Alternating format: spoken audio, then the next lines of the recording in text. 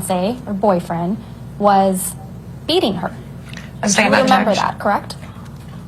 And your testimony is that you only lived at the Eastern Columbia building in February of 2016 for 2 weeks?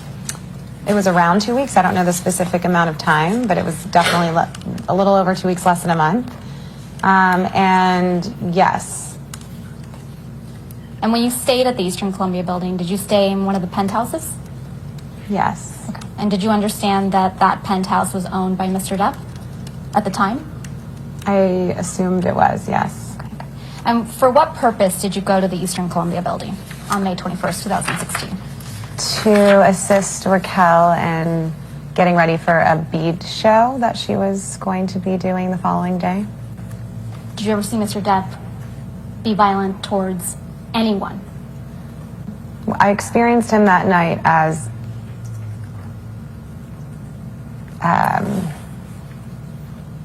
I was scared of him. So that's all I can say from the moment that the one interaction I had with him that night. It was frightening to me. His behavior was frightening to me. No, she wouldn't wear makeup? I mean, I don't think of her as someone who wears a lot of makeup. No. Yeah, you've known her a long time. Right. She's never been somebody that wears a lot of makeup, correct? Exactly. Unless she's going to something that she needs to put makeup on for. Right. But other than that, she's usually barefaced and beautiful. Yeah.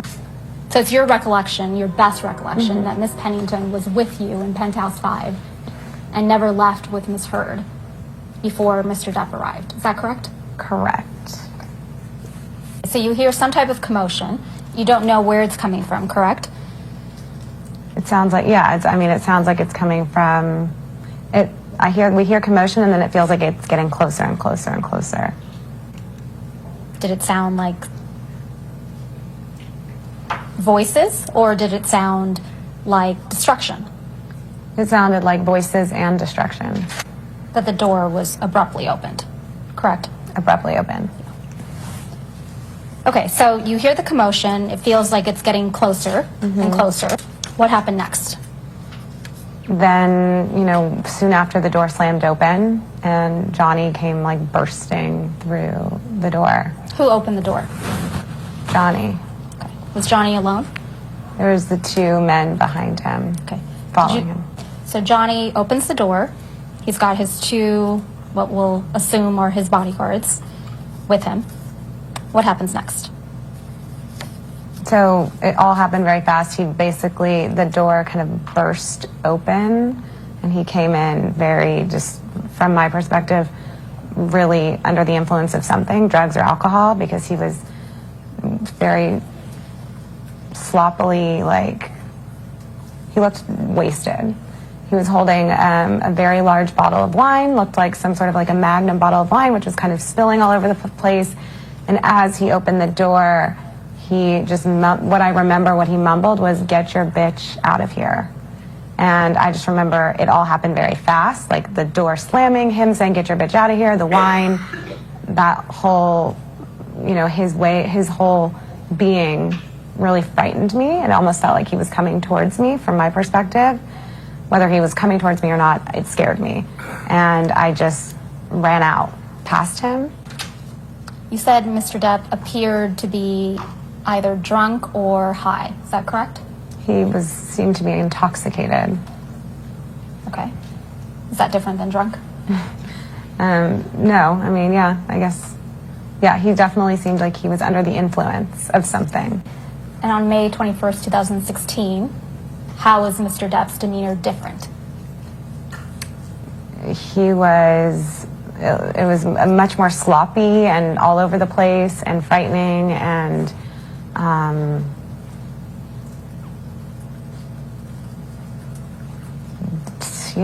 combative.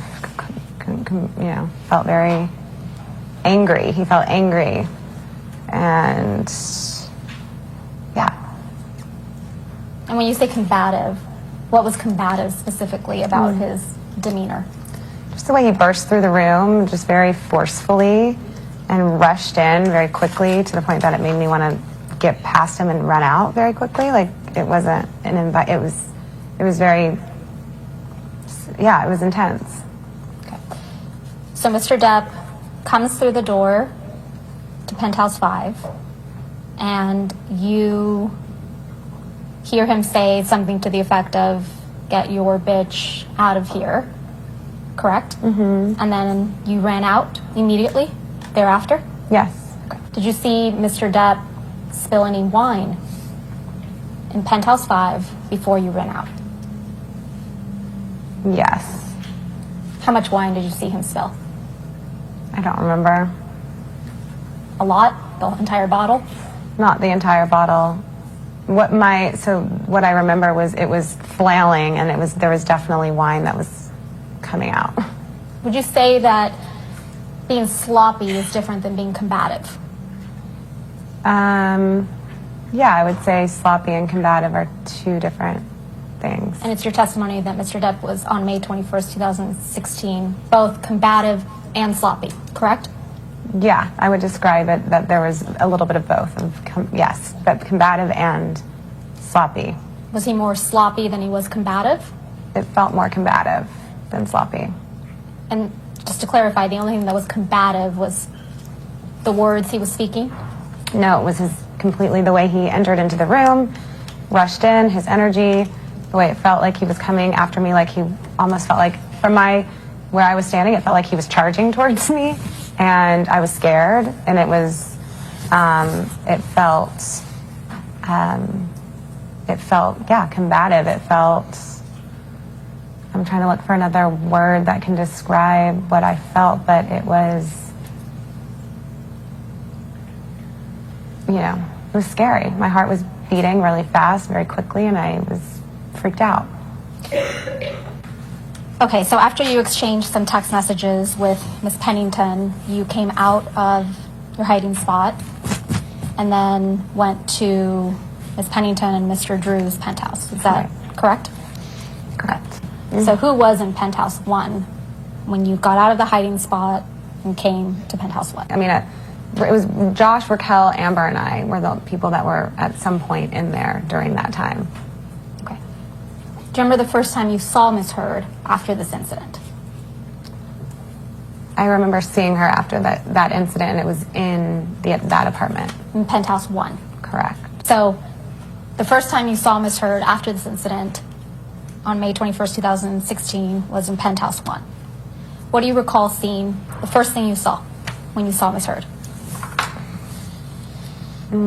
I just remember she looked really upset and disheveled, and her hair was a mess, and she had a swollen face. She had a red, swollen face. Okay. Had you ever seen Ms. Heard cry before May 21st, 2016?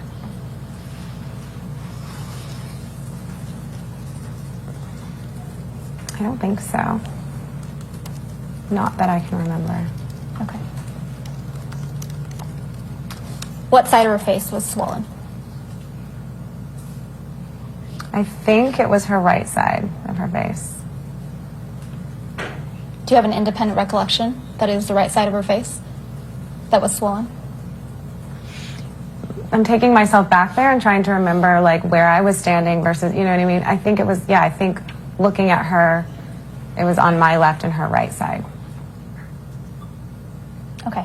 So let's talk about her hair seemed disheveled. Is that what you said? Her hair was disheveled? Mm-hmm. Was she crying? Yeah, there was definitely tears. Was she animated? Yeah, she was visibly really upset. Okay.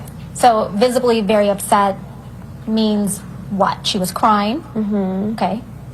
And what else? Tears, sadness, felt like confusion, felt like those were the main things. Would you describe, what did Mr. Drew say, if anything? I don't remember him saying what he said. I think everybody was just shaken up. So soon after you went into Penthouse 1, you remember some police officers coming to Penthouse 1? I remember there was police officers in the hallway. Mm-hmm. Okay. Was Ms. Heard icing her face after the incident, but before the police arrived? I I think so. Who gave her the ice? I don't remember.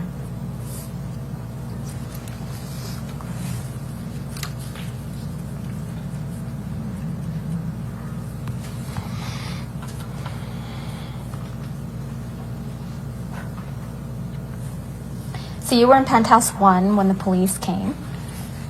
How do you know that they came? What did you hear? What did you see? Because they said the police are here. So I Who remember. said that? I don't remember. Again, this is a very long time ago, so the specific details are going to be really hard for me to remember. I just knowing that the police were there in the hallway, 2 of them. And in February, when you lived at the penthouse for a few weeks, you didn't hear or see any abuse by Mr. Depp towards Miss Heard, correct? Correct. And did you go to Amber and Johnny's penthouse thereafter, or where did you go next? So I just remember at some point ending up, yes, at some point we were in their penthouse afterwards, in Johnny and Amber's. At some point we went over there. And did you go over there, you think, after the police came? It was after the first 2 police officers came. Okay. Do you remember glass on the floor? At this point in time, I don't remember what I saw. I don't remember if it was cleaned up by the time I got there or if there was glass on the floor when I walked in. Do you recall seeing wine spilled? I recall seeing wine spilled in the hallway, like a lot of wine spilled in the hallway. When do you recall seeing the wine spilled in the hallway? At some point in the night, maybe after, before. I recall, I don't remember specifically, but I remember seeing wine spilled in the hallway. I remember that being one of the things that I saw that was part of the destruction of whatever happened. Okay, so the police come, and you stayed in Penthouse 1. Correct. Okay. It was after the police officers left that you went to Penthouse 3, correct, where Amber and Johnny lived? Correct. Recall seeing wine spilled in the hallway? I remember seeing wine spilled in the hallway, yeah. Okay. And you saw the wine after the police officers came, correct? I think so. Did Miss Pennington take any photographs of the scene? I remember Raquel taking photographs of Amber's face. Okay. And now going to your description of Miss Heard's face, you said it was the right side of her face. You said it was, what, swollen and red? Mm-hmm. What else? Correct. Yeah, it was swollen and red. Was any part of her face more swollen than others?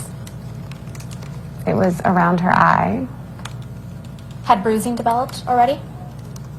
No, it was red and swollen. Okay. So you did not see any bruising on Miss Heard's face the evening of May 21st, 2016, correct? I saw a red, swollen, puffy face. Okay. And just on the right side, correct? Correct. But wasn't it your testimony, Ms. Mars, that you were inside Penthouse 1 when the first police officers came to the scene? Correct. And how much time do you estimate they spent in the penthouses? I don't remember.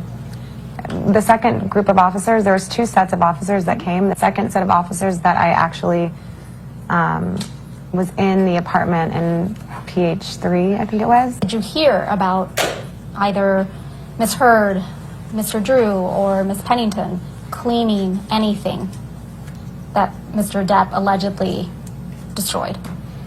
I don't remember, but I do remember that I'm pretty sure that Josh was helping to clean up before I got into I remember that knowing that the place was cleaned up before I entered in there. Before you entered into where? Into the main apartment. So you recall Josh, Drew cleaning up before you entered Penthouse 3. What was he cleaning up exactly? I just remember by the time that I had gotten into that apartment that someone had cleaned up the glass and the wine that was on the floor. Do you recall who told you that Penthouse 3 had been cleaned up? no one specifically told me. It was, what I was expressing is that it was cleaned up before I got there for the most part. I just remember that for the most part. From what I don't remember. To clarify, Ms. Mars, when you came into Penthouse 3, after the police officers, the first set of police officers came and left, you did not see silver candlesticks, candelabra sticks, broken on the floor, baskets of fruit that had been on the kitchen island, fruit everywhere, baskets on the ground, containers holding the spoons and forks, kitchen utensils spilled, a lamp, a little statue thing, broken in Penthouse 5. I'm sorry, Penthouse 3.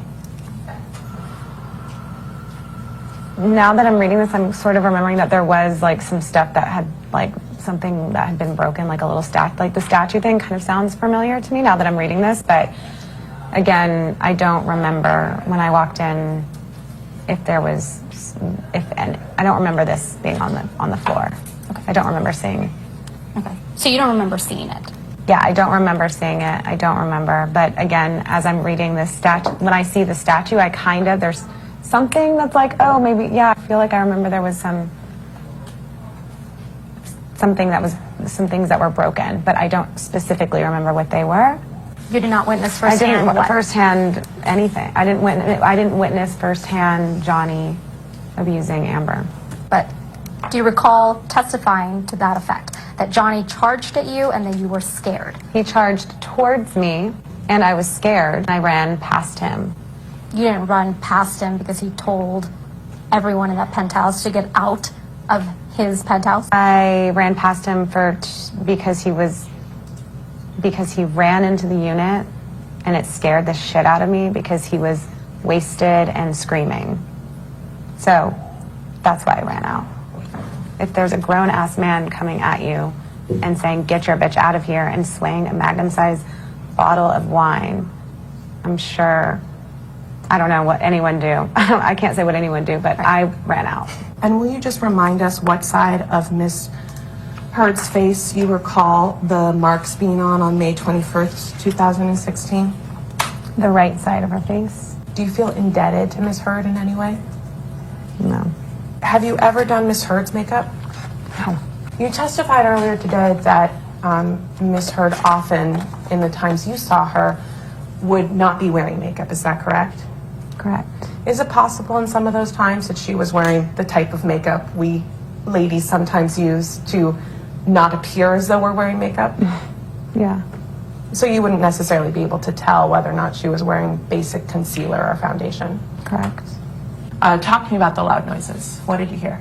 Yeah, just screaming, yelling, doors slamming, commotion.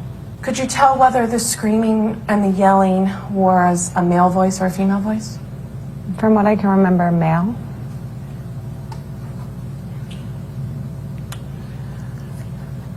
And could you tell where the screaming and the yelling was coming from? It felt like it was started farther down the hallway, and then it was coming like closer. So essentially, I mean, I don't know, but it could have been the hallway. And so after you start hearing the screaming and the yelling and the door slamming and the commotion, you testify that Mr. Drew got up and went to the door? Mm-hmm, yeah. What did Mr. Drew do? He was kind of pacing by the door and looking through the peephole. And what happened next? And then the door like burst open and Johnny came charging in and screamed, again holding the Magnum-sized bottle of wine, flailing it around, looked intoxicated, kind of stumbling, and screamed, "Get your bitch out of here," as he ran in my direction. And I was scared. It was very frightening and just scary and unexpected. And so I just darted out past him and ran up towards the pool gym area and hid there. Prior to the night of May 21, 2016, had a man ever charged at you holding a magnum bottle of wine, screaming profanities? Objection. And what was your reaction to this event when it happened on May 21, 2016? Fear.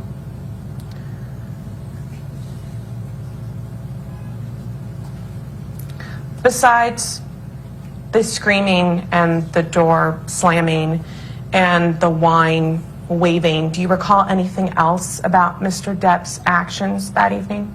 During that moment, I guess I should say.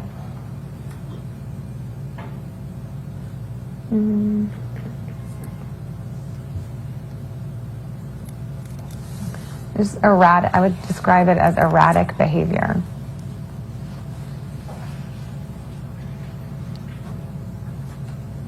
Was anyone else with Mr. Depp when he charged into Penthouse 5? Behind him were two men. What about Ms. Heard? No, What about Ms. Pennington? no. So you testified that after Mr. Depp burst into the apartment and started charging towards you, that you darted out and hid in, I believe it's a communal exercise area, is that correct? Yeah, I darted out and went up the stairs and hid somewhere over by there. Why did you hide? Because I was scared. Sorry, say again, why did you hide? Because I was scared. What were you scared of? I just didn't know what he would do. I didn't know what he would do. And the he there is who? Johnny. What were you thinking when you were hiding in the communal exercise area? I don't remember. Just that I just remember being scared and not wanting to leave that area until like I was clear that I wasn't going to be attacked. And at some point, did you leave the area? Yes. And what prompted you to leave the area? A text with Raquel, just telling her to come to her and Josh's apartment. And did you do as Ms. Pennington said and go to her and Josh's apartment? Yes. Sitting here today, do you remember what you were thinking as you were sort of coming out of your hiding spot and walking towards the penthouses again? I think the whole thing was just bizarre, like really frightening and bizarre to me. I don't specifically remember what I was thinking other than like, holy shit, what the fuck just happened, you know? And is he gone? Maybe I was thinking that. I don't remember specifically. And when you say, is he gone, who's the he you're referring to there? Johnny.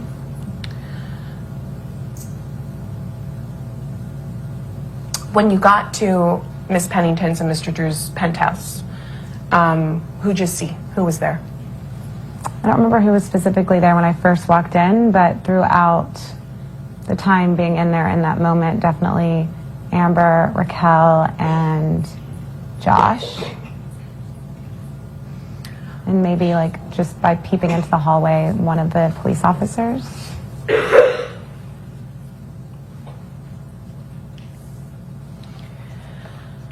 When you saw Miss Heard after you came back down from your hiding spot and you're in Mr. Drew's and Miss Pennington's apartment, how did she look? She looked frazzled and just completely disheveled. Her hair was all over the place. She had a swollen face, looked like she had been crying, and yeah. Do you think the swollen face was a result of her having been crying? No. What do you think it was a result of? It looked like she'd been like hit in some way. Like it was not from crying. She had markings on her face. Were the marks that you saw on Miss Heard's face after you came down from your hiding spot present when you had been hanging out with her earlier in the day? No. You testified earlier today that you witnessed some, I believe it was Miss Pennington or Mr. Drew, take some photos of Miss Heard's face. Do you remember that? Yes. I'd like to mark what will be Mars Exhibit 13. Miss Mars, as the court reporter hands you Exhibit 13, I'll represent to you that these were some photos taken on the night of May 21st, 2016. So if you turn to the second photo in the set, do you recognize the person in this photograph? Yes, Who is it? Amber. And do you see any marks on her face in this photograph? Yes. And do these marks look like the marks that you saw in person on her face on the evening of March 21, 2016? Yes. And just to clarify, these marks were not on her face when you saw Ms. Heard earlier that same afternoon and were helping Ms. Pennington make beads. Correct. There are other photos in this set. Why don't we turn back to the first one? Some broken frames on a bed. Do you know what this picture is of? Yeah, I mean, this is Amber and Johnny's bed, and there's photographs on it. So I take it that you've seen Amber and Johnny's bedroom before. Yes. Do you recall whether you went into Mr. Depp's and Ms. Heard's bedroom that night? No. No, you don't recall, or no, you didn't? No, I don't recall. The next photo on the set is the picture of Ms. Heard. Just after that, there's a photo, you're with me, of what appears to be a hallway. Mm-hmm. Are you with me? Yes. Do you recognize what this is an image of? Yes. What is it an image of? It's the hallway between all the penthouse apartments. So you've been on this hallway many times. Yes. Do you see the sort of red staining on the right-hand corner of the page? Yes. Do you recall seeing that red staining the night of May 21, 2016? Yes. And what was it? It was wine. So you saw that staining on the night of May 21, 2016? Yes. Do you recall whether it was there when you arrived in the afternoon? I don't remember seeing it, no. So when was the first time you remember seeing it? I think when I came out of my hiding spot and came downstairs back into Raquel and Josh's apartment. But you didn't see the wine get spilled? Not this, no. You saw other wine get spilled? I saw, yeah, as he was, and when he came in the apartment, when he was flailing the wine. And the he there is? Johnny. Then the last photo in this set appears to be of some picture frames hanging on a wall. Do you see that? Yes, I think it's in Amber and Johnny's apartment, I think. But again, I don't remember if it's in her studio. I don't know. Do you recall seeing this photo in one of the penthouses before? Yes. And when you saw it, was it broken? No. And what, if anything, do you remember about Miss Pennington's state? Also, distraught, upset. You'd been friends with Miss Pennington for many years at that point, correct? Correct. Had you ever seen her similarly distraught? Not similarly, but seen her sad. But have you ever seen her have the same reaction that she had that evening? No. So you also testify that you saw Mr. Drew in his and Miss Pennington's penthouse. What, if anything, do you remember about Mr. Drew's state? I just remember him being just a grounding energy, just trying to be supportive to Amber and to Raquel, and just really trying to be like the man in the situation that was gonna like really be grounded amongst like women that were sort of like frightened and sort of a little more frantic. He was very grounded and very like clear, and I remember like feeling safe with him. Like he was, it was like protection. You testified earlier today that, quote, there are some things that I really remember and some things that are a little shady, end quote. Which bucket do the marks that you saw on Miss Heard's face on the evening of May 21, 2016 fall into? The things that were a little shady, or the things that you really remember? That I really remember. All right. Your next witness? Witness, Your Honor, is Melanie Iglesias, and that is also by video. And I will say that that begins with Ms. Vasquez questioning first, and then Okay. then I come back. All right. And can you spell that last name just for the court It's order? Inglessis. Thank you.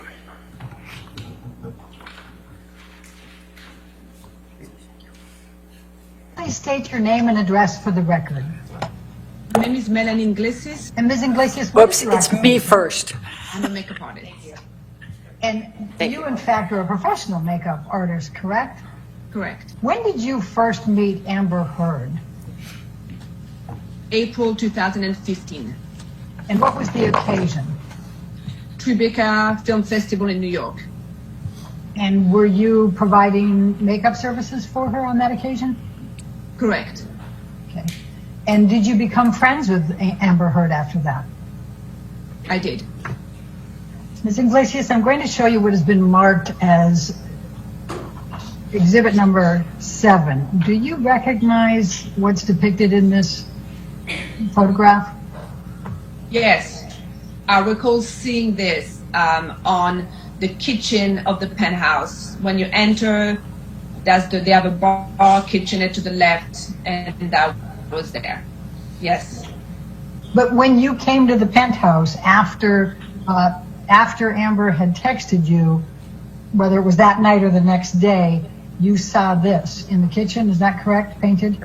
Lack of foundation. And so you do recall being there that evening? I do recall being there.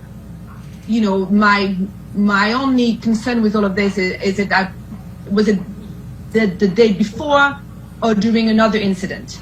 But it says, if my text said I was there the night before, then I was there the night before. Ms. Iglesias, I'm going to ask you to look at what has been marked as deposition exhibit number 9. Do you recognize what is depicted in this photo? Well, it's a bed. It looks like, I mean, it's a very tight picture of the bed, but it's the bed. And do you recall seeing this the night of December 15 with the broken part of the bed? Upstairs, yes. Okay. And when you say upstairs, what do you mean? Well, her bed, the bedroom was upstairs. And the downstairs had the kitchen with the writing. Do you remember where the other property that you saw was? Was that downstairs or upstairs? The property that was damaged. Was that upstairs or downstairs? Downstairs. All right, and just so I'm clear, you recall damage to the bed, is that correct? And asked and answered. On December 16, 2015, did you return to Amber Heard's penthouse? Yes. And why did you come to Amber Heard's penthouse on December 16?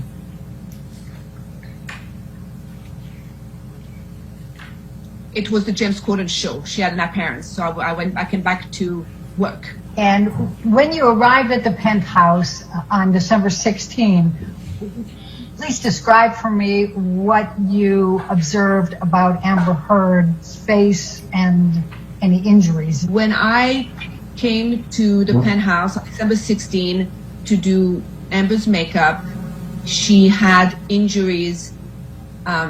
She had two light, like, I don't know how, I don't know, I mean, I'm not a medical expert, I don't know how I would describe them, but it could have looked like somebody had headbutted her lightly, so she had a discoloration here, under both eyes, and on the bridge of the nose. And she had what I would call a split lip or something on the lip, like a gash or a split lip. Ms. Iglesias, I'm going to ask you to look at what has been marked as exhibit number 11. Do you recognize this photo as being Amber Heard's head? Yes. Okay. And could you please describe for me what this photo is showing? It's showing a chunk of missing hair. And what, if anything, did you observe on December 16 about Amber Heard missing a chunk of hair? I remember this because she showed it to us, and I looked at it. Okay. And can you describe what is depicted right along her scalp there? I don't know. Do you recall that there was some bruising along the scalp and some pus, for lack of a better word? I don't recall. Ms. Iglesias, I'm going to ask you to take a look at what has been marked as exhibit number 14. Do you recognize the person in this photo? Yes. And who is that? This is Amber Heard. Okay. And were these, you just described what you saw on the 16th with respect to Amber Heard's injuries. Does this accurately depict what you saw on Amber Heard on December 16, 2015? Yes. Ms. Iglesias, I'm going to ask you to take a look at what has been marked as Exhibit 16. Again, do you recognize the person in this photo? Yes. And who is that? Amber Heard. Okay. And does this picture reflect the injuries that you saw on Amber Heard on December 16, 2015? Yes. Okay. And then I'm going to ask you to take a look at one more of those, and that is Exhibit 17. And I'm going to ask again, Ms. Iglesias, do you recognize the person in this picture? And maybe to try to move it along, is it Amber Heard? Yes. Okay. And does this reflect what you saw as well on December 16, 2015? I mean, that's three pictures with very different light, but yes. Now, do you also recall there being an injury to Amber Heard's lip? Correct. And Ms. Iglesias, I'm going to ask you to take a look at exhibit number 19, and do you recognize the person in this photograph as Amber Heard? Yes. And does this picture accurately reflect what you saw on Amber Heard on December 16, 2015? Yes. Ms. Iglesias, could you please describe what you did by way of makeup to prepare Amber Heard for the James Corden show on December 16, 2015? Yes. We covered, I just did makeup, but just a little heavier where it needed. So we covered, the discoloration, the bruises with a little slightly heavier concealer. One that has a little more of a peach undertone, which I would normally don't use on Amber, but peach do cancel blue. So I did that under the eyes, and although Amber always, has a red lip, is one of her signature look, I remember clearly talking that we had no other option that night but then to use a red blood, like a really red lipstick to, make sure we could cover up the injuries on the lip. And were you able to cover all of the injuries with the makeup that you applied and as you just described? Yes. Ms. Iglesias, if you could look at what has been marked as exhibit number 22, do you recognize Amber Heard in that picture? Yes. Okay. And is this the picture of her? Is this a picture of her that evening, December 16, 2015, on the James Corden show? Yes. What, if anything, did you observe on the difference in Amber Heard's demeanor before the show and then on the show? That she had the ability to, turn it on. That she, the ability to do her job and perform how she was supposed to perform on the show. And prior to Amber going on the show and while you were working with her on her makeup, how would you describe Amber's mood and demeanor? Angry, sad, a little erratic, I think through waves of emotions, Do you recall someone named Ms. McMillan having any role in helping to prepare Amber Heard for that James Corden show that night, December 16? Yes. What do you recall? Samantha was a stylist. Samantha was there the day of the James Corden show, as she was always there to get her ready before an appearance or a show. And did Samantha work on Amber before or after you were applying the makeup?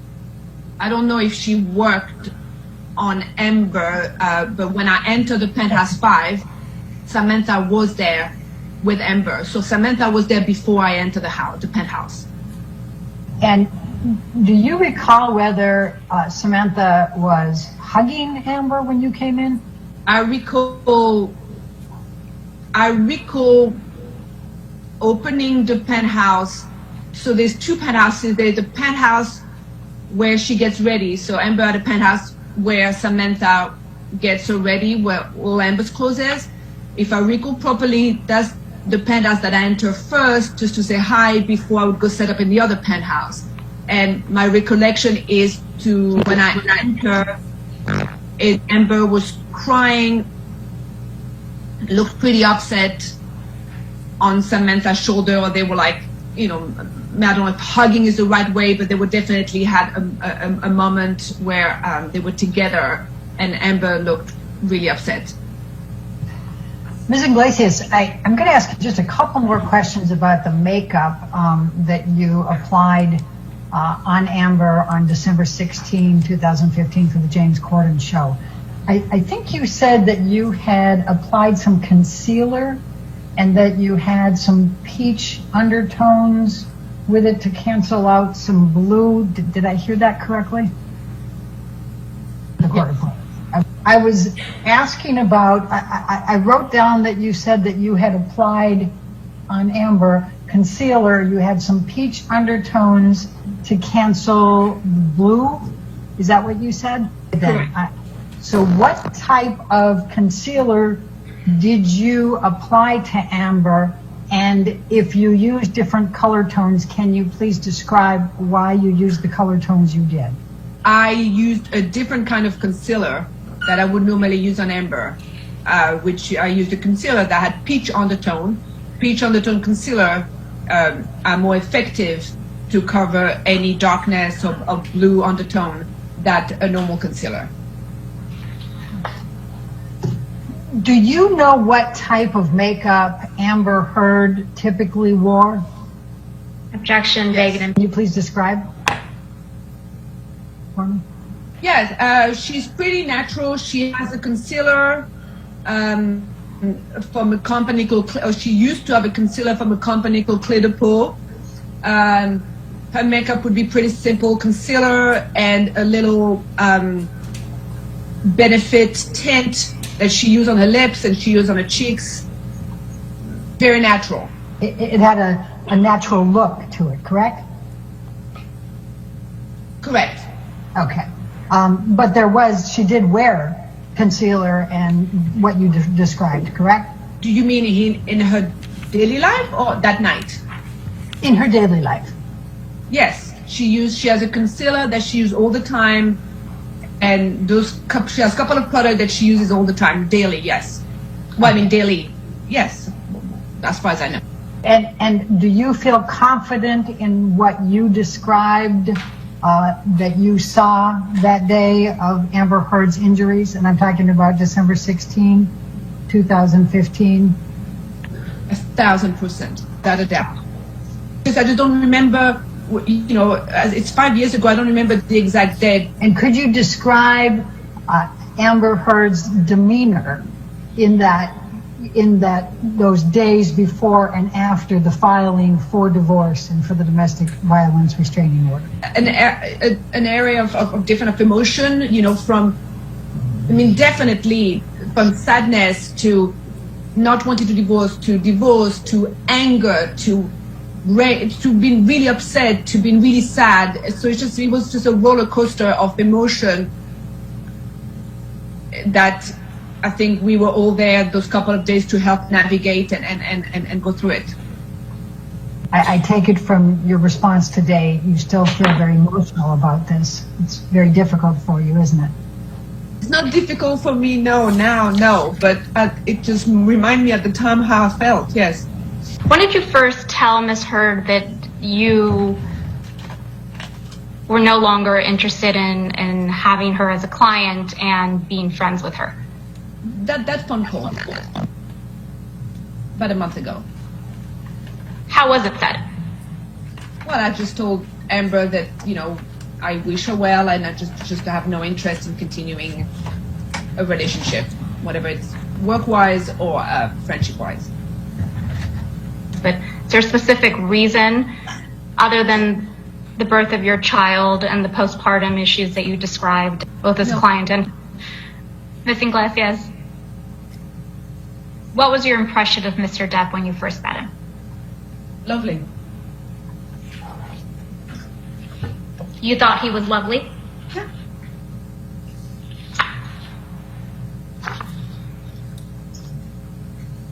Was each of the, well, let me ask the backup question. Did you interact with Mr. Depp? How many times did you interact with Mr. Depp? Through, you mean all in all?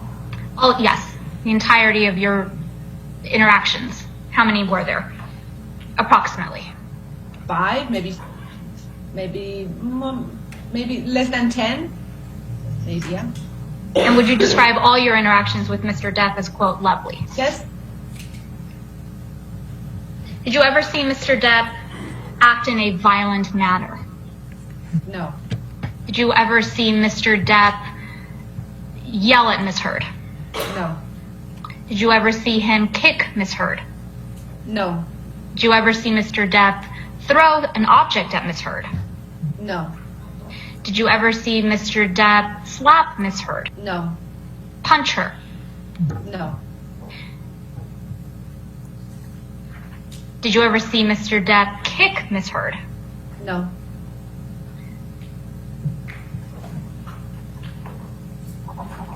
Is it fair to say, Ms. Iglesias, that you never saw Mr. Depp be physically abusive towards Ms. Heard? Correct. And you never saw Mr. Depp cause any injuries to Ms. Heard, correct? Did I ever saw him causing any injuries? No. And so any injuries that you claim to have seen on Ms. Heard, you don't know one way or another how they were caused, correct? Correct.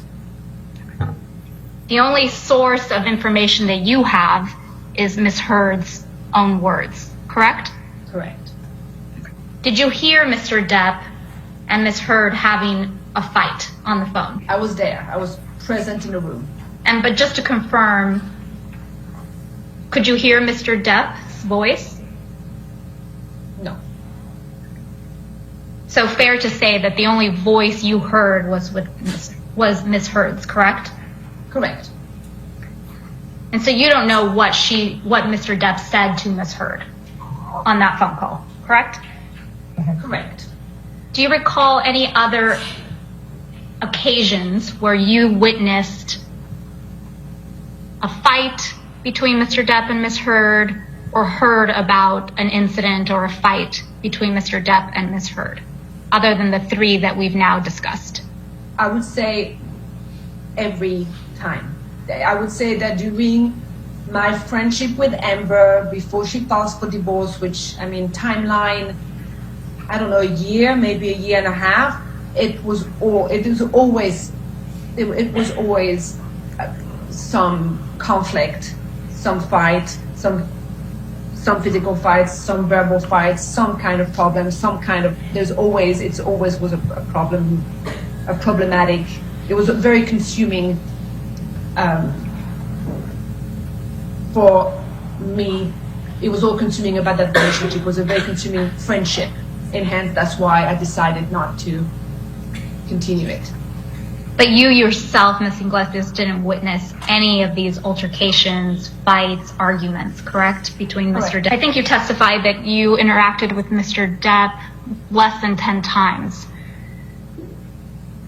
When you did interact with Mr. Depp, was Ms. Heard present each of those times? All of those times. Did you find him particularly loving towards Ms. Heard? No, not particularly, no. And during these interactions with Mr. Depp and Ms. Heard, at that time, you were aware that Mr. Depp allegedly was abusing Ms. Heard, correct? Well, most of the interaction that I had was towards the end of 2015, right? I'm assuming, so I was not fully aware yet of, I guess, the seriousness of the fight, if I can say so. I think, most of the time I saw them together was towards the end of before December 15.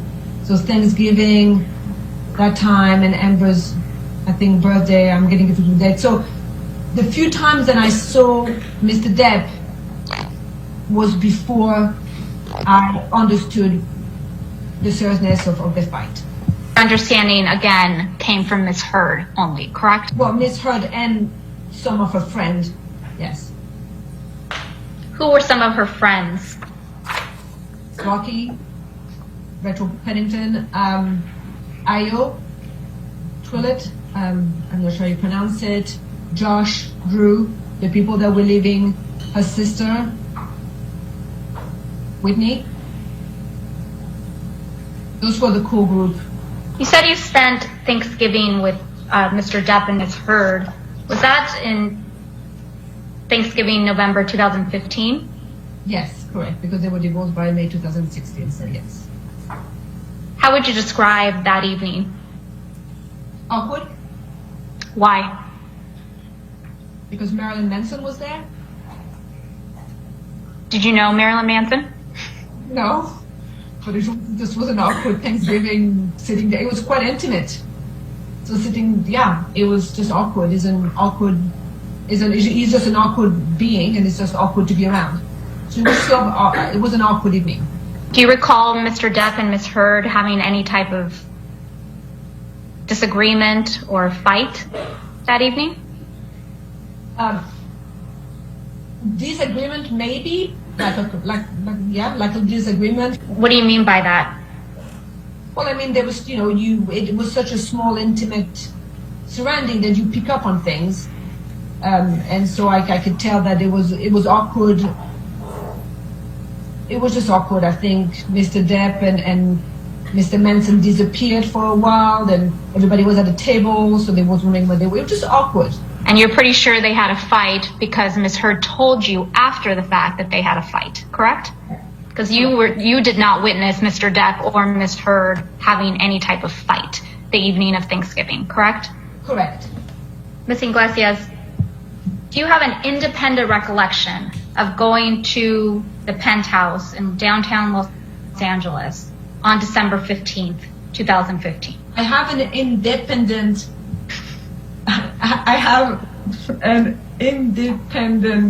recollection of going to the penthouse before one of the incident, and at the time I couldn't recall if it was the day before the James Corden or the day before the fun incident, so and that is what I made sure I needed to remember, that it was the day before December 16th. Yes. Does that make sense? So I knew I had come a day before, a day before one of the two biggest fights that, and I wasn't sure if it was that day or that day, but it was December 15th. And sitting here today, you're still not sure if you went to the penthouse on December 15th, 2015, or if it was the day before the May incident in 2016.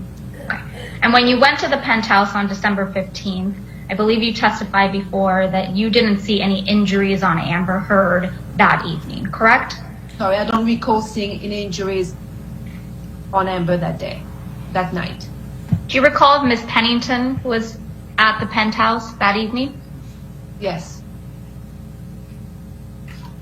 Do you recall if anybody else was at the penthouse that evening? I don't recall. But you do remember Ms. Heard being there and Ms. Pennington, correct? Correct. All right.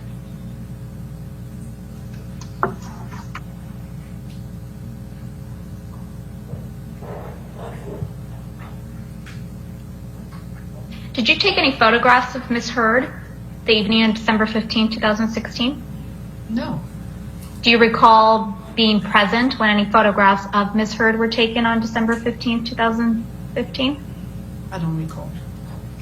Do you remember being present when photographs of Ms. Heard's injuries were taken on December 16th, 2016? 2015? No. And did you take any pictures of Ms. Heard and her injuries on December 16th, 2015? No. So I don't want to take up the time of showing you all the photographs Ms. Bredehoff showed you earlier today, but there were a number of exhibits. I think I marked them as exhibits 14 through 20 that you were shown earlier this morning. Just to confirm, you didn't take any of those photographs, correct? Not on my phone, not with my phone, and I do not recall taking Amber's or Rocky's phone to take those pictures. No, definitely not with my phone. I do not recall taking physically myself those pictures. No, I don't recall. Would it be normal for Ms. Heard to have makeup on her face before you arrived to do her makeup ahead of an appearance? It would be normal for Amber to have concealer on, a little of that tint there, yes, because it is quite normal for Amber to wash her face. She always likes to wash the face before the makeup with the product that she likes, do a toner, so it wouldn't be abnormal for her to have a little makeup before and then wash her face and start clean. But you don't remember one way or another whether Ms. Heard had a fresh face with toner and moisturizer on when you arrived on December 16th, 2015, correct? No, I do not. I don't recall. Would she usually wash her face and go through that process in front of you? Yes, I mean in front of me in her bathroom, but we were close, so it wouldn't be abnormal for me to be chit-chatting with her while she cleaned her face. And I don't think specifically in front of me or not in front of me, but yeah, I mean she would wash her face in the bathroom, which is adjacent to where we get her ready. And I want to be really specific. So, based on your best recollection, what injuries did you see on Ms. Heard on December 16th, 2015? Amber had a slight discoloration on both eyes and on the top of the bridge of the nose, and and I do believe the right eye had a little more of a gash right there. It wasn't that strong, it wasn't that swollen, but it was definitely some blue and yellow discoloration there, mainly on the inner corner and a little more here. And then she had on the right lip, as I said earlier, I'm not sure the exact medical term, but it looked like a split lip or like a gash here. Did you ever see Ms. Heard's lip bleed on December 15th or December 16th? I don't recall.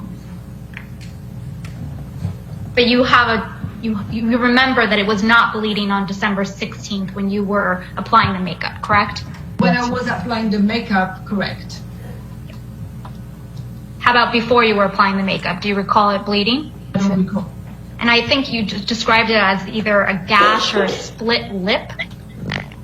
I don't know what would be the medical term for it. I don't know what kind of injury would have caused this. I'm not a medical expert, no forensic expert, but it was slightly swollen. And by the way, you can see it in that video, so it's crazy to me, but it was slightly swollen, and there was either a gash or a scab, no, not a scab, but it was swollen with some kind of cut.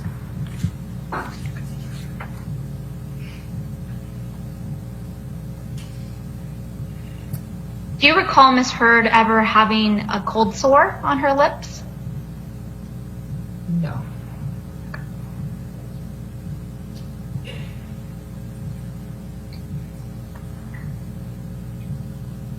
You said there was slight discoloration under both eyes. Was there swelling under both eyes as well? We'll clarify swelling. Maybe very little, but it was mainly discoloration at two. I recall mainly discoloration like a bruise. Maybe there was a little tiny swelling on one of the eye that was a little more injured than the other, but not huge swelling, no. I believe your testimony earlier today was that he lightly headbutted her. Is that correct? I wasn't there. I don't know if he lightly or not lightly butted her. That was your testimony, that it appeared as if she had been, quote, lightly headbutted. Do you remember saying that earlier today? Then maybe I was misquoted. It's not my position to say how headbutted she was or anything. And maybe I'm misquoted. Okay. And did she show you the hair that was missing? She showed us, me and the hairdresser, the hole where the hair was missing on top of the head. And was Miss McMillan there as well? No, Samantha McNeil was really never when we get ready. So it was two separate things, and Samantha never really comes up when we get ready, no. But just to confirm, these injuries, right, that you saw on Miss Heard on December 16th, 2015, you don't know how they were caused, correct? Correct. And so any information you have about how the cause of these injuries came from Miss Heard only? From December 16, correct. Well, any injuries other than Miss Heard and her friends, you never witnessed Mr. Depp being violent or abusive towards Miss Heard and causing any injuries? Correct. So let's talk about the makeup that you actually used to conceal these injuries on her face on December 16th. I believe you testified you used a concealer with a peach undertone. Mm-hmm. Did you have training and experience dealing with injuries or covering up bruising on people? Do you have any specific experience or education? Specific experience, I have experience in doing bruises and cover bruises for special effect. Yeah, I mean, throughout my career, I have created bruises, and I also have covered bruises for, you know, with models or real life things, whatever it is. So yeah, I have experience in covering some bruises, yes. How about swelling? Same question. I mean, it's a little harder to cover swelling. That would be maybe, you know, try to bring the swelling down. Covering it up would be would be harder. And how about cuts? Yeah. Specifically as it relates to Ms. Heard's makeup look on December 16th, do you recall what foundation you used? The brand? You probably don't remember the brand, but do you recall the shade that you used? How would I? No, it's 5 years ago. Absolutely not. Okay. The Do you recall? No. But you do have a specific recollection of using a peach undertone concealer. Yes, and I'll tell you why. Because Amber always had in her bag, we have the same concealer. She has a concealer from a brand called Clear de Peau. And it's a specific shade, you know, it's beige. Beige was Amber's color for under her eyes, period. So the day, December 16, I didn't use beige. There's another concealer that has a little more peach in there and orange. It's called Honey, from the same family, and I use that instead. And I think I have a wheel that is a bruise wheel that has different colors, and you pick up the color to gently touch up any darkness. Did you make a different choice for her overall look other than the concealer as a result of the injuries that you saw on her face on December 16th? Not a different choice, but I remember we specifically, you know, I know you read it before, we had a red lip. It was not uncommon for her. We know she has a signature red lip, so it's not suddenly it was, oh my gosh, she has a red lip. But I remember that day I specifically structure my makeup. There's a couple of things we do with Amber. We do a smoky eye and a nude lip or a red lip, and I remember specifically thinking of my makeup about we needed to highlight there to try to not draw attention there, and the red lip was our only option to cover that red cut that was there. So that I remember very specifically thinking that we had to have a red lip, sharp brows, and construct the makeup to take away from here. So basically, I mean, it's not going to mean nothing to you guys, but just basically a lot of highlight up here to kind of not focus on this. I remember talking about it very clearly. And forgive my ignorance. But what did you do to cover up the cut on the lip other than apply a red lip? A red lip. A red lip. It is swollen. I can see it in the video on the James Corden show. So her lips was swollen. It was big on that side. You can see it. There's nothing I can do about that. But we did a really dark red lip to match that red gash or cut, whatever that was there. Do you recall Ms. Heard being hindered as a result of the injury on her lip? And when I say hindered, I mean, did she have trouble opening her mouth widely, or, did she complain about it hurting or splitting open and bleeding? Do you recall any of that? I don't recall.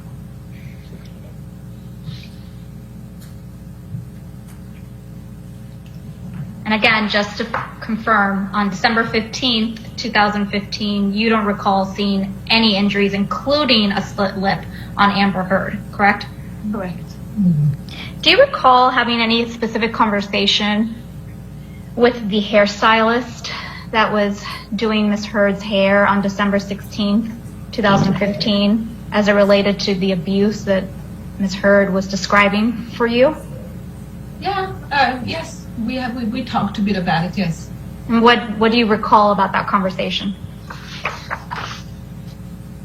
I mean, I think everybody was a little like, whoa, shit, okay. I think everybody was a little surprised. Everybody was a little like not knowing how to move forward with it. I mean,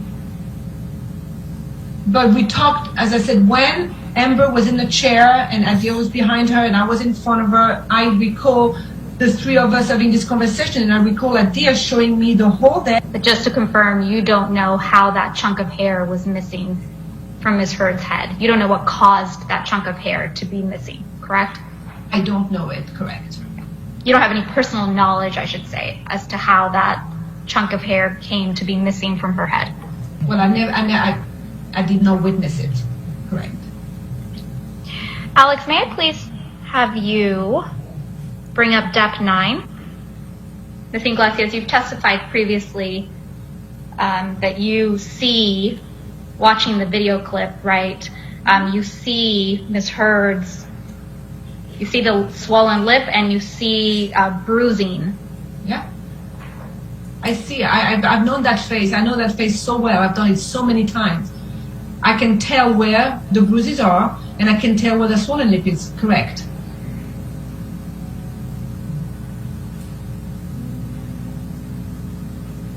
So, Ms. Iglesias, do you mind please identifying for me, is this, does this photograph accurately depict Ms. Heard on the James Corden show on December 16th, 2015? Yes. But can you describe for me where you see bruising on Ms. Heard's face? Well, I didn't say I saw bruise, but I saw the discoloration. I can see my makeup, so I see the discoloration on the right eye, just right under. I see that little dent there. And also, I mean, this is a picture that is, this is not a really accurate picture. She's sideways, the light is one way, but yes, there's better pictures that you can see. But if you give me the mouth, I will show you, but there's other still picture when you can see the split lip better, or the swollen lip. So, I mean, I can see there's better pictures where you can see that side of her lip is swollen, this here. And when you're pointing, just for the record, you're pointing to the right side of Ms. Heard's lip, correct? Correct. It's here. It's nothing, but as I said, there's better pictures. She's sideways. There's better pictures where you can see what I feel you can see better. But It might be the same photograph. yeah, she's still sideways. But Ms. Iglesias, this is your testimony that you believe you can see swelling on the right side of Ms. Heard's lip. Yes. Okay.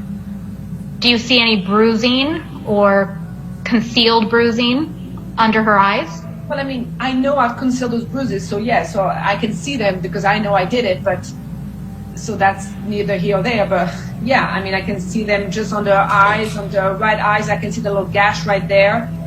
And I can, all that darkness, right, I mean, I don't have the mask anymore, but all that darkness right there, that is not eyeshadow.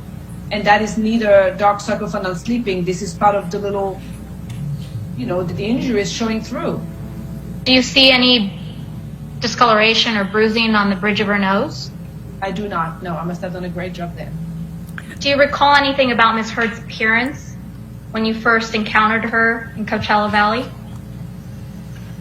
No, I don't recall.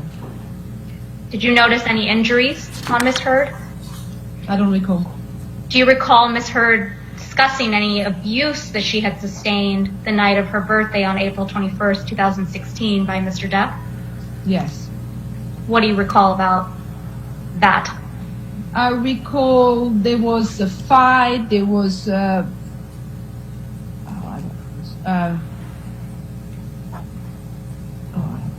I don't remember. I don't exactly recall the fight. I know there was a fight and there was some problem. That's why they were late coming back to Coachella's. I don't recall exactly what she told me, but there was some problem the night before, yes. But you don't remember seeing any injuries on Ms. Heard after her birthday dinner in April of 2016, correct? Correct. Do you recall seeing any injuries on Ms. Heard's face at that dinner on May 24th, 2016? I don't recall. Do you recall Ms. Heard's general demeanor at the dinner on May 24th, 2016? What I remember about that dinner is that she was, and I'll tell you why I remember this clearly, because she was very distraught and she was very confused if she should file or not for divorce. And she was really sad and upset and angry and all of it. And I remember that because that night I actually physically took her phone, so she should not, so that if Johnny tried to reach out to her again, she wouldn't have a phone that night, and she would go through the divorce tomorrow, the next day. So I remember physically having her phone, and when I dropped them back at the penthouse, she said, "Keep my phone, so if you contact me, I won't know, I won't cave, and I will file for divorce tomorrow." So I went home in my house with her phone, and that's why I remember. That's why it's sticking in my mind. And then the next morning, and you can see in those texts, she said, "I need my phone." And then I had to drive to the penthouse and give her her phone back. And at the time, that day, I'm assuming she filed for divorce, and that day the whole circus started. And you believe that Ms. Heard should go through with the divorce, correct? Correct. And that was based on what exactly, Ms. Iglesias? On what she told me on her recollection of her marriage. I think you testified earlier that Amber's practice was to wear concealer, some foundation, moisturizer, things of that nature. Do you have any recollection that Amber strayed from that and did not wear makeup during the week of May 21st, 2016? No. Do you have any recollection that week of thinking, "Oh my goodness, Amber Heard isn't wearing her makeup this week"? No. So, do you know whether Amber Heard took any steps to reduce her swelling during this, in preparation for the James Corden show? Yes, she took arnica, and we had an arnica gel. And I always have arnica gel in my kit anyway, and she had arnica gel. She used arnica gel and some ice. And what does arnica gel do with respect to swelling? I use arnica gel in my kit to bring any swelling area of my client's face down. And how does that typically work? What's your experience? It just brings the swelling down, I mean, not drastically, but it helps with the swelling a little bit.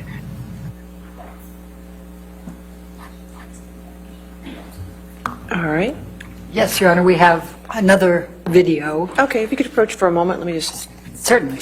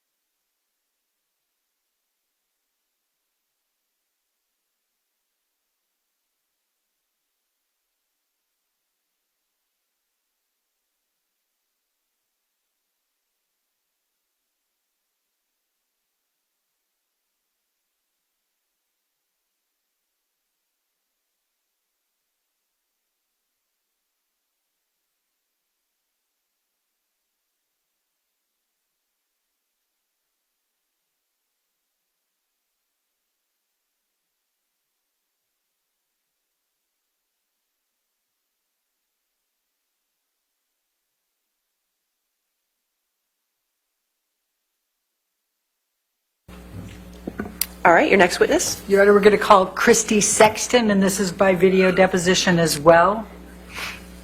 All I think right. that'll be the last one for the day. Okay, thank you.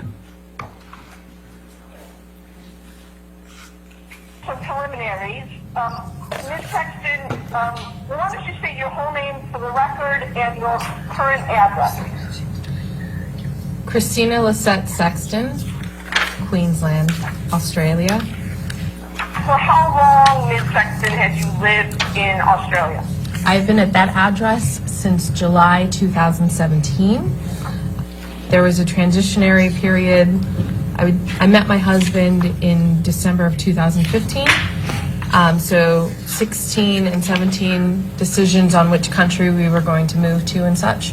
So I did not establish residency here until July, and then began all my paperwork subsequently when we were married in October of 2017. So I take it from your last answer, Ms. Sexton, that Australia was the lucky winner for which country you and your husband would choose to live in. Is that correct? Yes, indeed. And do you currently have a job? Do you currently work right now in Australia? Yes, I'm an acting coach. When was it, to the best of your recollection, that she took a class that you were a TA in? I believe it was sometime in 2009. For how long did you remain Amber Heard's primary or exclusive acting coach? I don't know about exclusive. We don't have any sort of exclusivity contracts. She may work with other coaches. The last time we worked on a project together would be Aquaman, so 2017. I don't know about exclusive. We don't have any sort of exclusivity contracts. She may work with other coaches. The last time we worked on a project together would be Aquaman, so 2017. Okay, so the first movie, or the first TV series, I should say, that you recall working on as an acting coach with Amber Heard was the Playboy Club. Yes. And listed there 2011. Yes. I take it from what you just described that although the frequency varied, It's fair to say, is it not, that you saw Ms. Heard many, many, many times during the period between 2010 and 2017? Oh, yes. Would it be fair to say that you saw Ms. Heard during this 7-year period more than 100 times? Easily, yes.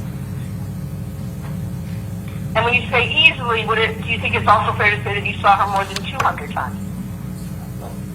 Absolutely, yeah. I'm going to go up another 100. Same answer for 300 times? Yeah, as I said, when I would see her, it would be multiple times a week in preparation for a project. When's the last time that you had a session with Amber Heard as her primary acting coach? Mid-2017. During that early period when she lived on Orange Avenue, how would you describe, Amber Heard as an actor? She was really focused on moving to the next level of her career and really stretching herself as an actor, which is why she started coaching so much at that time and initially even went to classes. So she was really driven to do a lot of work and kind of mine out everything that we could from the text and go over things a lot. So she was very driven as an actor to, I would say, get to the next phase of her career. We're looking at Section 1.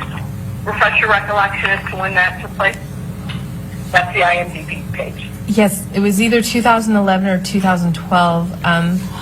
If it's saying that it came out in 2011, then the premiere would have been in 2011, so yeah.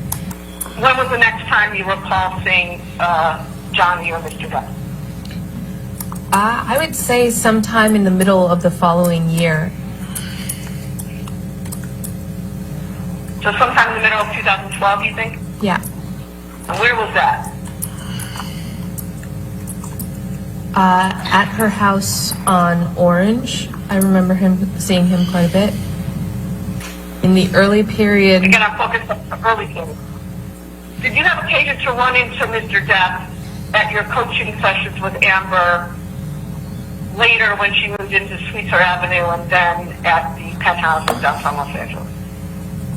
Yes, I did see him often at both Sweetser and the downtown house.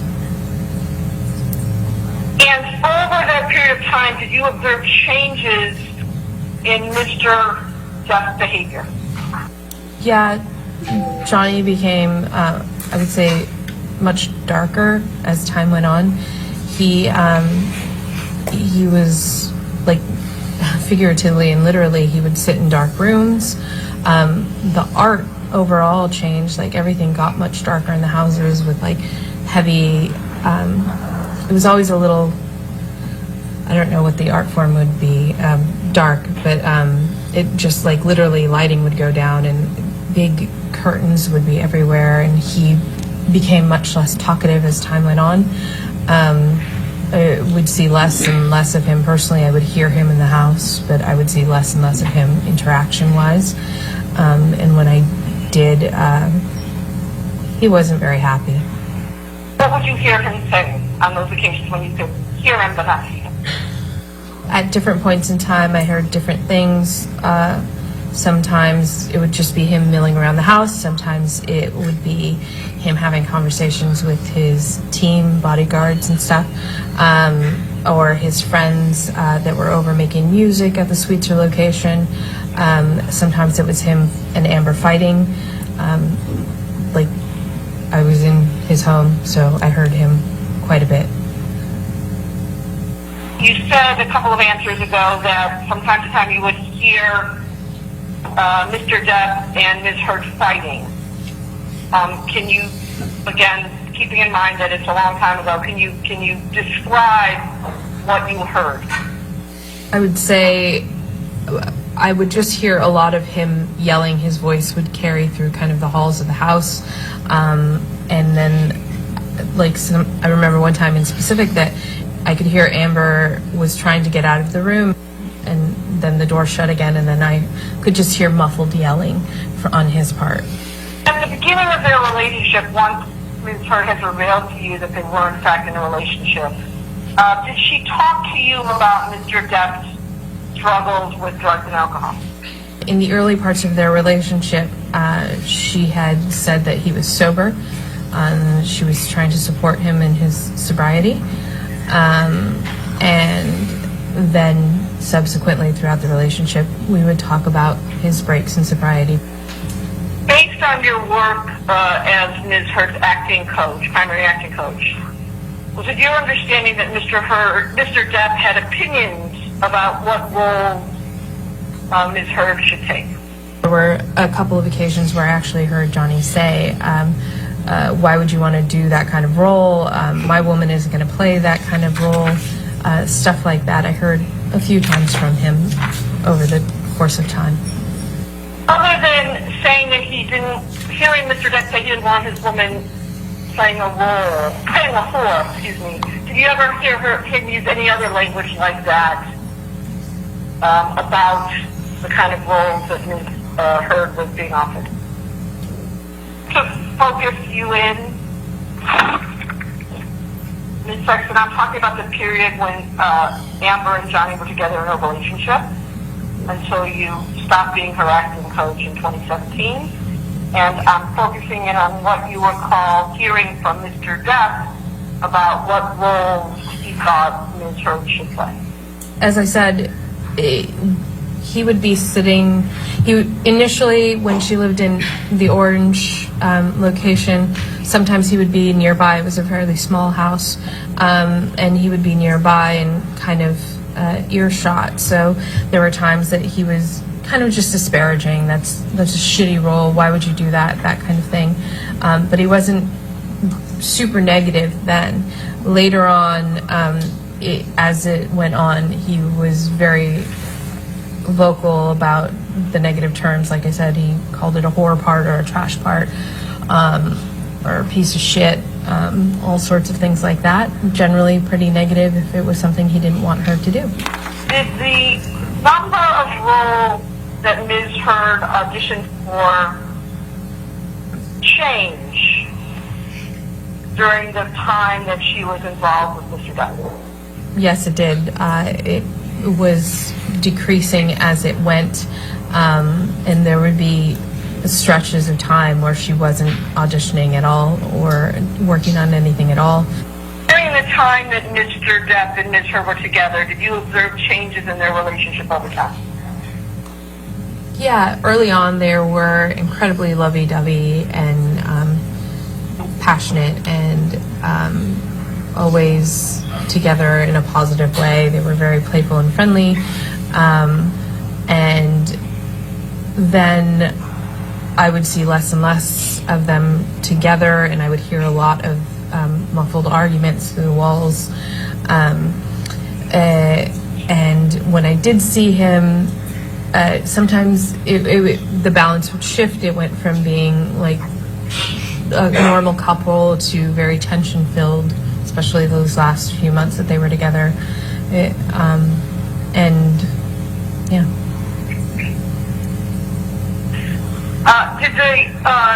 Was there a withdrawn?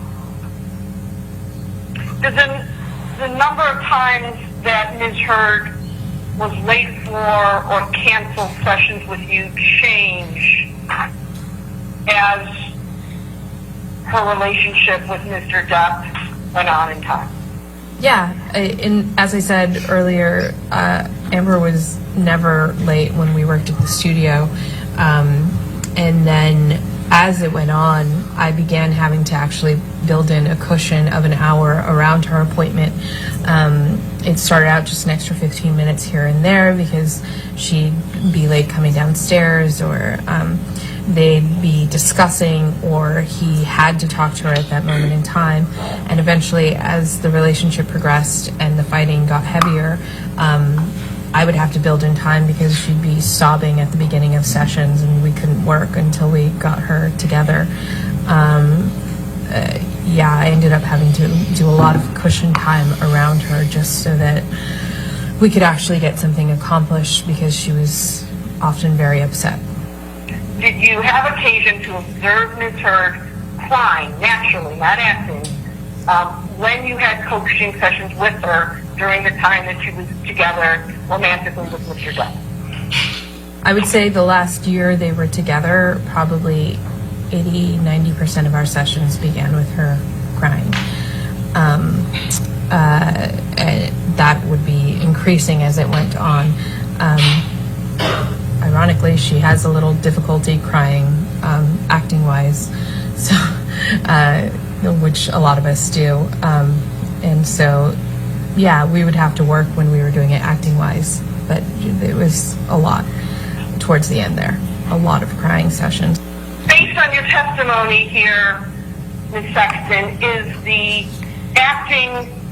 crying that she did in a role different than the crying you observed so often in the last year of her relationship with Mr. Depp? Yes, inherently acting crying is very different, unless somebody is working in what's called method, in which that's an entirely different thing where they focus on their own stuff. So she's not a method actor, so it would be completely different. Speaking for your own self, Ms. Sexton, how did you react when you saw Amber at these sessions crying the way you described it? I have a caretaker personality, so I would prioritize taking care of the person in front of me over doing work, which is why I ended up building in all that extra time, because I cared about her as a human and I wanted to be there for her in as much as I could as a friend. So there's no point on working on something if someone isn't fully there or they're upset. It's more important to deal with the person and take care of them than work.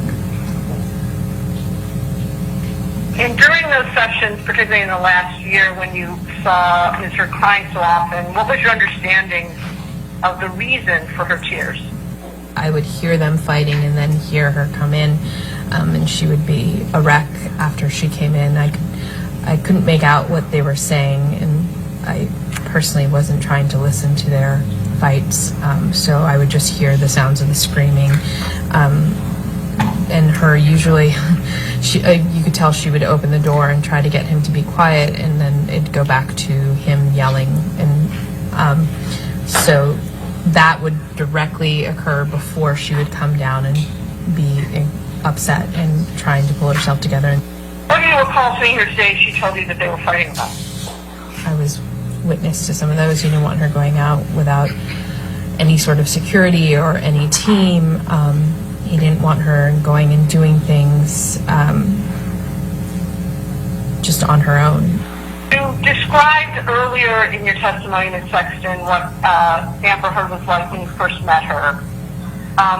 During this period when she was involved with Mr. Depp, and particularly toward the end of their relationship, did her behavior change? Over the course of time, she became more and more of a hermit, only leaving the house when she had to. Again, as I said earlier, literally the houses became darker with the curtains drawn all the time.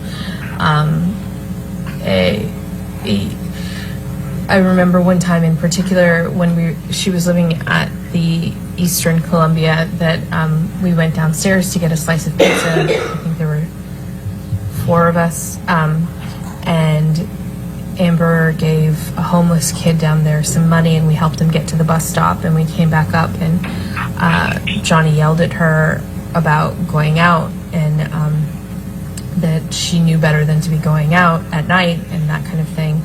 And when we tried to kind of be like, it's fine, we got pizza downstairs at the building across the street, then he just started screaming and getting really angry, so I made my way out. What about her weight? Did you notice any changes during that period in her weight?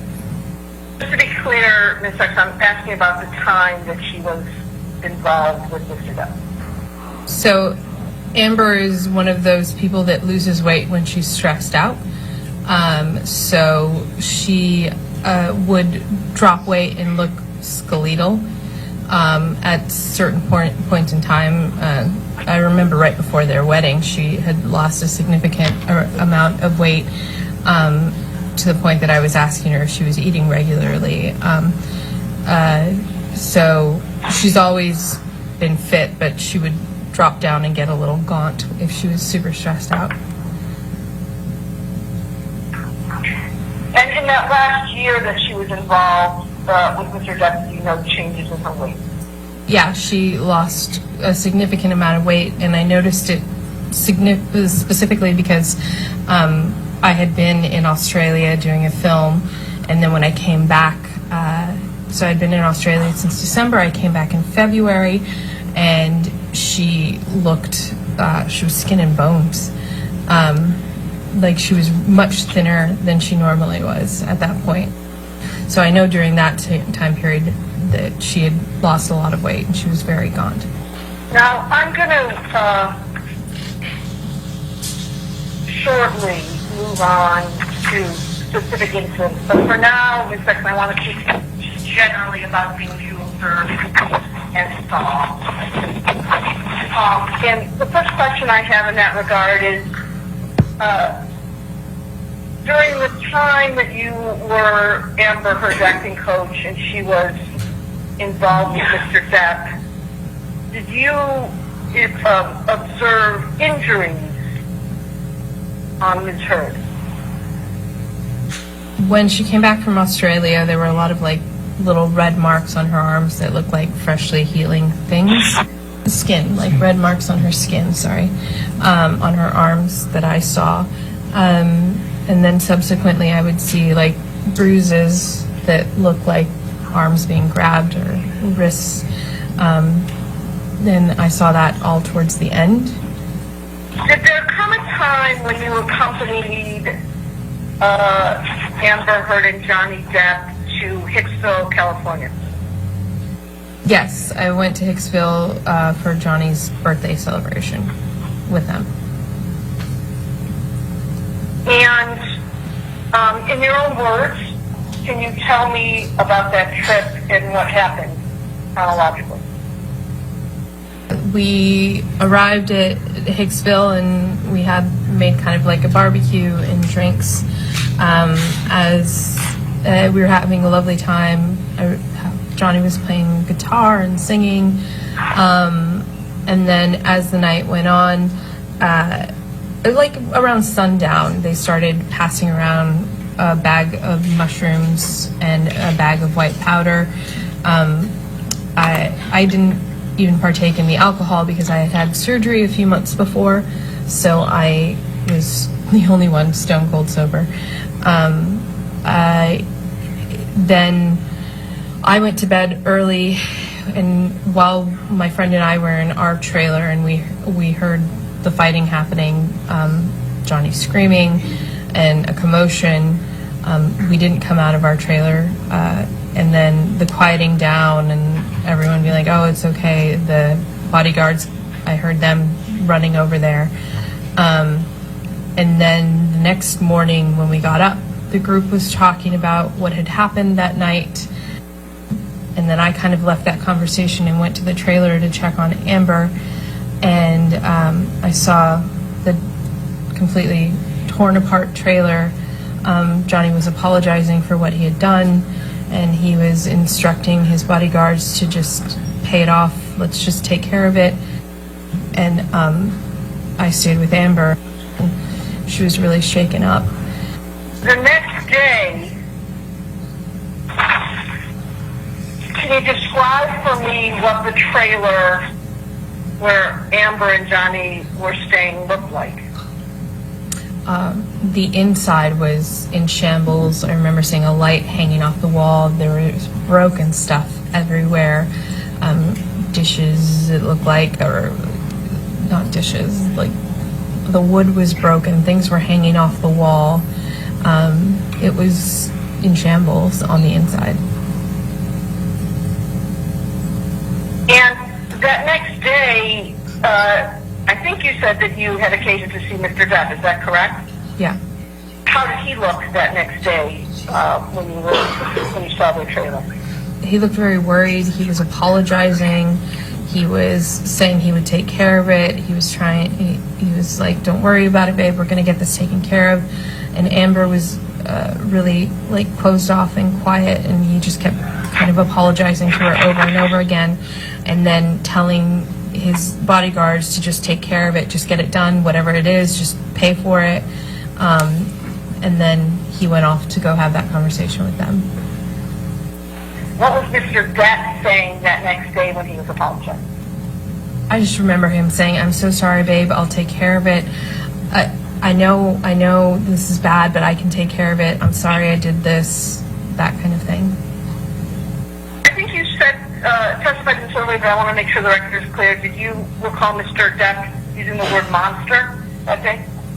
I heard him on different times making apologies that he said, "I'm sorry I turned into a monster." I just remember a profuse amount of apologies. I don't know if that time in particular had that verbiage. Anything else about Hicksville that you remember that you haven't told me about? I mean, the only thing I stated that I did see him eat the mushrooms. I saw him holding the white bag. I don't know what he did with that, the bag of white powder. Everyone except for me was drinking, and different people were partaking in different drugs at that time. So I didn't keep track of that. Yeah, I don't know anything else that I can recall. Okay. I want to go forward to another incident, and that is the day of April 21, 2016, which I'll represent to you was Amber Heard's 30th birthday. Did you have occasion to see Amber Heard that day? Yes, I attended the party. And again, you say you attended the party. Can you describe the party you attended, who was there? The party was happening in one of the penthouses, the one that they didn't live in. It's where they did most of their art, and we did most of our coaching. And I don't remember the number of that one. And there were several friends of Amber's there, and we spent the first couple hours waiting for Johnny. And then eventually Amber said, just let's not stop waiting for him, let's just start. So we went out to the balcony to start dinner, and that's when Johnny finally came down, and he was severely inebriated when he came down. And they, Brandon, I don't remember his last name, it starts with an M, escorted him, kind of helped him stay stable. And we went to the table and we started dinner, and Johnny and I was sitting 2 seats away from Johnny. Johnny and Amber clearly were very tense and had been, I don't know what they had been doing, but they were very tense, and he would try to kind of touch her and she would shy away. And then Rocky was trying to change the tone of the party because it had really gotten very somber at that point. And she asked everyone to kind of say their favorite story about Amber, and as we went around the table, everyone shared their stories. And when we got to Johnny, he started talking about that he remembered when he first met her, the imprint of Amber's ass on his couch were his words, and it just all kind of took a turn from there. She was clearly embarrassed. She asked him to stop, and he kept telling the story, and it got really awkward and uncomfortable at that point, and never really recovered any sort of jovial energy. We ate, and then I left shortly thereafter. I forgot to ask you this question about Hicksville. The day after, when you saw Mr. Jeff and Ms. Heard in the wrecked trailer, did Ms. Heard seem embarrassed? Yeah, as I said, Amber was very closed off. She was very quiet. She had said, "Don't come in. I don't want you to see this." So, yeah, she seemed very embarrassed. Now, switching forward to Amber's 30th birthday party, I think you testified that Mr. Depp seemed inebriated when he arrived. What's your basis for saying that? he was slurring his words and wobbly on his feet. He ran into a couple things, which is when Brandon came over and kind of locked arms with him to kind of help him stand up. You said you saw her later with a healing bruise. Where do you recall seeing that healing bruise? On her cheek. It was on her right cheek. I think it was right. Yeah. Do you know how long after the incident that you just discussed with the cell phone you saw Ms. Heard in her face? It was a few days later, but I couldn't tell you exactly when. I mean, everyone heals at a different way, right? I could still see kind of the yellow and stuff in there, so. When was the last time you spoke to Amber? You said August of this year? Mm-hmm. When was the last time you spoke to her specifically? Do you remember? We went over it was sometime in August, I can narrow it down to August, to have wine, have a glass of wine and catch up, because like I said, I think it had been 2 years since we'd physically seen each other. Both times when you met with Ms. Heard in August of this year, did you meet with her at her house? Yes. Did Ms. Heard mention any of the allegations that Mr. Depp is making against her in relation to this case when you met with her? Only to talk to the attorneys about it.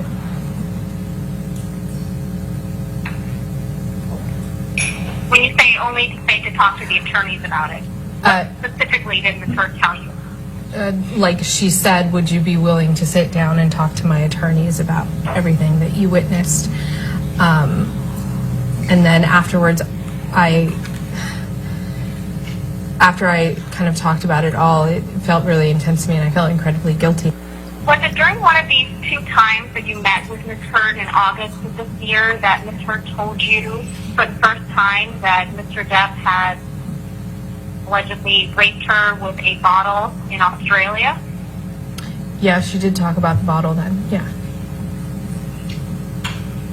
Was it the first meeting that you had with Ms. Heard in August of this year that she mentioned that? No, it was after, like I had come to see her and had a wine night and catch up, and then after I had talked to the attorneys, after we had a good cry, we were talking more about what had happened, and she was saying how she didn't even tell me everything, and yeah, that's when it came out.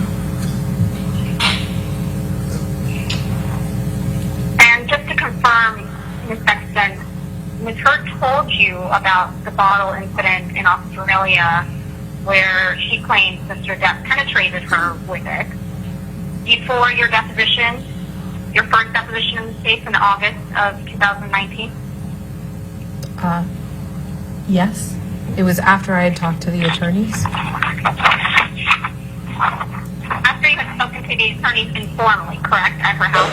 Yeah. But it was before you were formally deposed in this case on, I believe it was August 30th, 2019? Yes. And just to confirm and make the record really clear, this was the first time Ms. Heard had told you that Mr. Depp had allegedly penetrated her with a bottle in Australia, correct? Yeah, she had told me about the assault with the bottle, being hit with the bottle and the broken glass and everything. And then she had told me about all that many times before.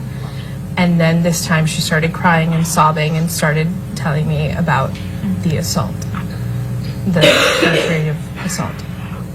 And when Ms. Heard told you about this alleged rape that occurred, did she know that you were going to be deposed by her attorney? No, because they were all in the other room. And they didn't even tell me that they were like, we may have you for a deposition. And that's when I had said to them, if you're going to do that, I would appreciate it if you did it before I left the States.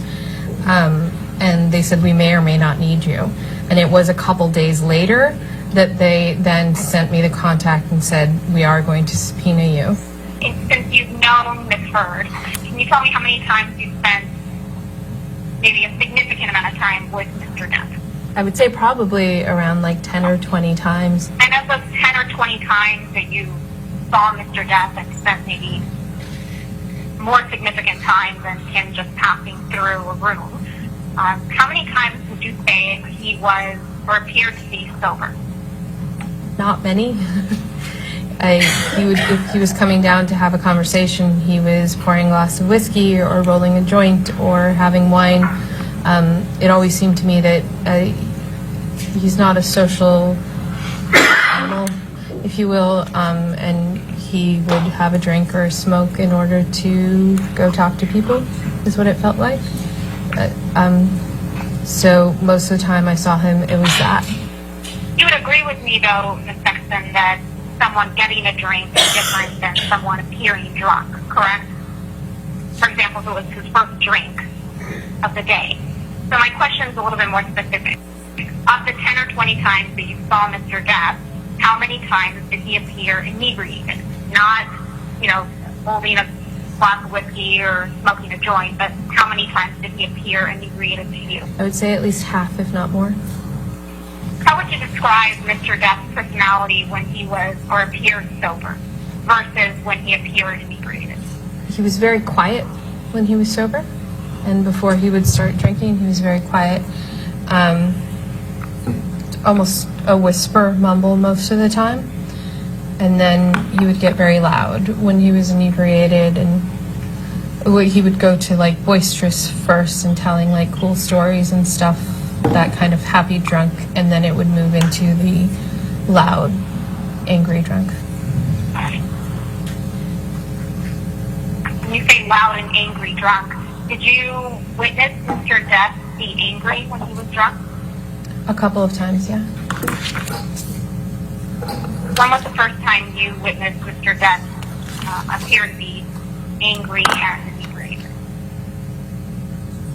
I couldn't tell you the first time per se. I have images in my head. I remember him like yelling and screaming, and the bodyguard coming over and being like, "Hey boss, let's take this to another room." Can you tell me as much as you can remember of that incident? I remember being in the kitchen of that house, and he came down and he was yelling about something. Amber and I were having a conversation, and we were going to, I think we were going to work on something that day. It was later in the evening where it was really dark in there. Like I said, sometimes they drew all the curtains. In my memory, it's very dark, and he was yelling, and that older guy came and like scooped his arm around him and was like, "All right, boss, let's take this to another place," because he was inebriated. I could tell from the way he was talking, and he was just kind of yelling, and I don't recall what was happening. It all kind of happened very quickly. I don't recall what he was yelling about, or if it was even at anybody. He was just kind of down there and drunk, and he scooped him up. You anticipated my next questions, which were, who was he yelling at and what was he yelling about? So you don't recall, is that correct? No, I don't. And you said the other instance that you remember of Mr. Depp appearing inebriated and being angry was at one of his penthouses in downtown LA, is that correct? Mm-hmm. What were the circumstances that you remember about that instance?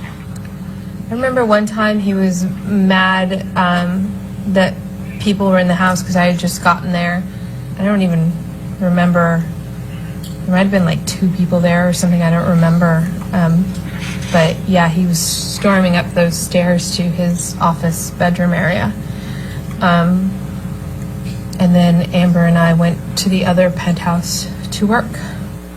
And in either incident, both at Sweetser and at the penthouse, when you saw Mr. Depp and he appeared inebriated and was angry and yelling, did you see him hit Ms. Heard at any point? No, I did not see him hit her. Did you see him kick Ms. Heard? I did not see him kick her. Did you see him throw something at Ms. Heard? I saw him coming at her, and that's when the bodyguard stepped in, like coming towards her. But I did not, like, so throwing himself at, like, but I was not witness to him throwing objects at her. When you say he was coming at her, are you describing the incident at Sweetser or at the penthouse? Sweetser, he came in through that hallway and we were sitting at, it was kind of like an island there, like right in front of the fridge, and I was in front of the fridge, and he came in from there and was like coming at her, and then the bodyguard like came in and scooped him up. This is the incident. You don't remember what Mr. Depp was yelling about or Yeah. what? Yes. But it appeared to you that Mr. Depp was coming at Ms. Heard. Yeah. Correct? She was shaking and upset.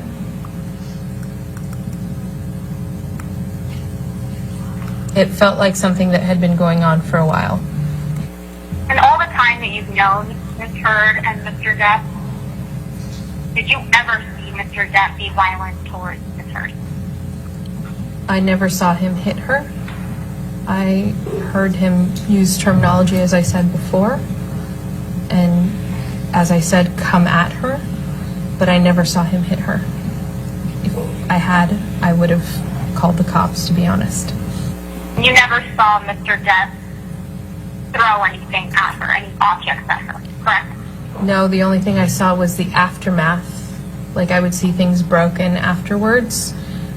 And like I said, in Hicksville, I heard the yelling and then saw the breaking and saw him apologizing for it. But I, with my own 2 eyes, did not see him physically break the stuff or throw the stuff. When Mr. Depp and Ms. Heard went to Australia, did she tell you that she threw a bottle of vodka at him and that's what severed his finger? No, she had told me that he had broken the bottle and cut himself with the bottle that he had broken. When she told you that he had cut himself with the bottle he had broken, did she say that he had taken the bottle and cut off his finger? Or that it was an accident and that his finger was severed from the broken bottle? Do you understand the distinction? Yeah, she didn't say that he... She didn't indicate that he cut off, like went purposely to cut it. What it seemed to me is that he had broken the bottle against something and then he was doing things with the bottle, like shaking it around, and that he had cut himself from that. It didn't indicate that he had in any way purposely cut himself. Do you recall Johnny ever saying something to you in a conversation with him later about his ability to pass insurance tests?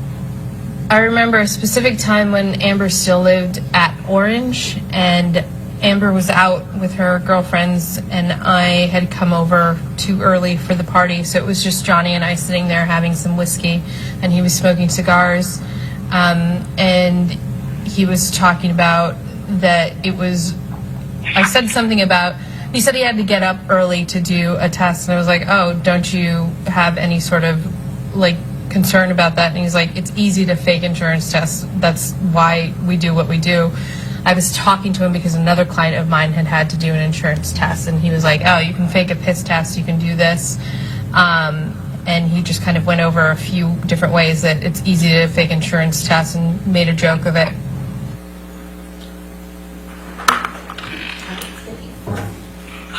All right. Ladies and gentlemen, we've come to the end of the day today, so have a good evening, and we'll see you tomorrow at 9 a.m. Again, do not discuss the case with anybody and don't do any outside research, okay? Have a good evening.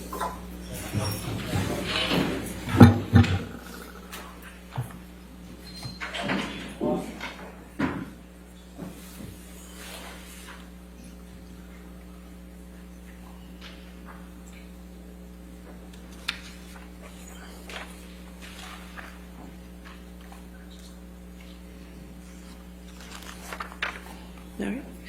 Do you have any remote witnesses tomorrow that you need access for? Do you need a WebEx? You don't need a WebEx link? Deposition designations and live witnesses. Deposition and live witnesses. Okay. All right. That sounds good. All right. Everybody knows their homework, right? Okay. Thank you. All right. We'll see you in the morning.